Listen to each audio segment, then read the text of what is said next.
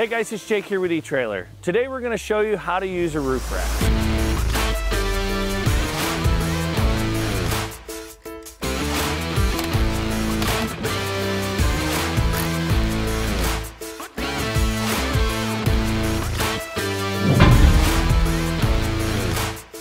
The first couple things that you need to know is what roof racks are going to fit your vehicle, what the weight capacity of your roof on your vehicle is, what carriers are going to want to use to carry your accessories, and then loading and tying down your gear. Now when it comes to fitment, there's going to be certain racks that are going to be designed to fit certain roofs. And those types of roofs are going to be a naked roof, raised rails, flush rails, and fixed mounting points. Now most people, when they hear of a roof rack, they're thinking of the whole system all together with all the components included. But we want to break it down for you so that you know what each part is. So with your roof rack, you have the crossbar, the foot pack. In our case, this is a clamp on, so we're not going to have a fit kit. But if you don't have the raised rails to clamp onto, we're going to have a fit kit too that's going to clamp onto the door jamb of your vehicle.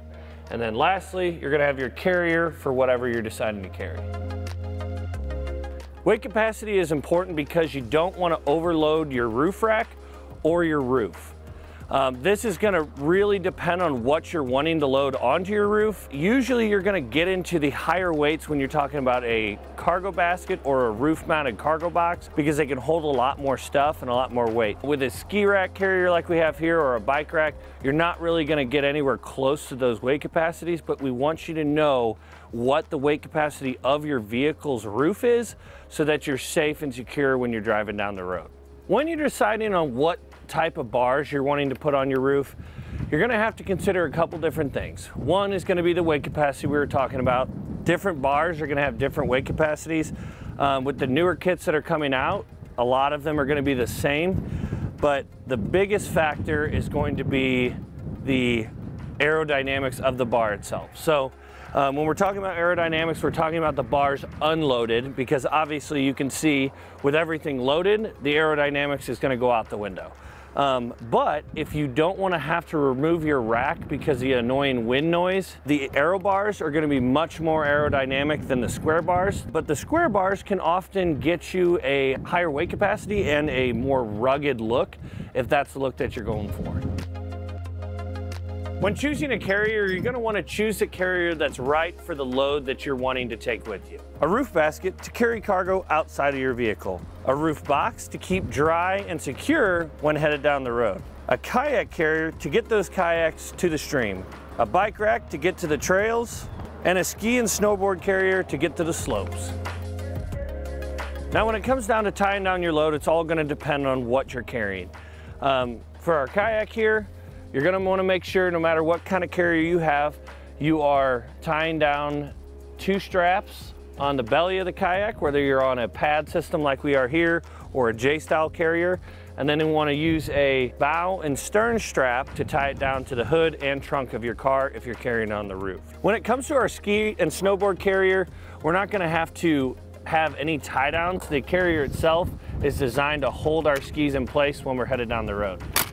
This is going to be the case for a lot of different ski and snowboard carriers. It'll have a nice tight grip so that you know you're safe. To tie down your load on a cargo basket, it's going to be kind of unique to whatever you have on your basket itself.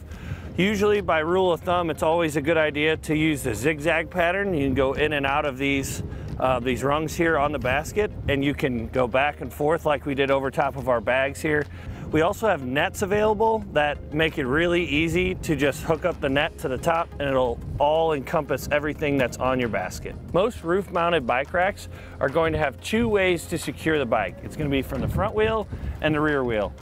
Here we have one that has a tire hold on it, which we have a few options for those. There's also the fork mount where you take the front tire off and mount it in the forks and then you send a skewer through. But most of them are going to have the wheel strap in the back. And we do have a few that are going to be a frame mount, which will have 2 wheel straps, one on the front, one on the rear, and then it'll have a pole coming up to grab onto your frame. The nicest part about using a roof mounted cargo box is that you're not going to have to strap anything down. You just throw it all in the box, shut the lid, and you know it's safe and secure when you're headed down the road.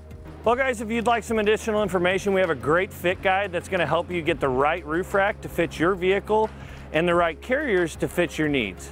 If you have any questions, leave them in the comments below, and we'll see you next time.